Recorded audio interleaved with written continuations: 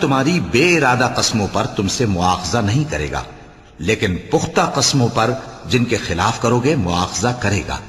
تو اس کا کفارہ 10 ناداروں کو اوسط درجے کا کھانا کھلانا ہے جو تم اپنے اہل و عیال کو کھلاتے ہو، یا ان کو کپڑے دینا، یا ایک غلام آزاد کرنا، اور جس کو یہ میسر نہ ہو وہ 3 روزے رکھے۔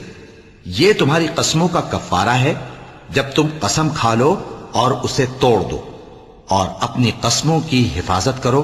اس طرح اللہ تمہارے سمجھانے کے لیے اپنی آیتیں کھول کھول کر بیان فرماتا ہے تاکہ تم شکر کرو۔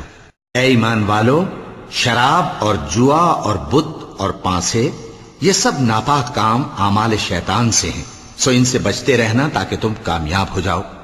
شیطان تو یہ چاہتا ہے کہ شراب اور جوئے کے سبب تمہارے آپس میں دشمنی اور رنجش ڈلوا دے اور تمہیں اللہ کی یاد سے اور نماز سے روک دے۔ تو کیا تم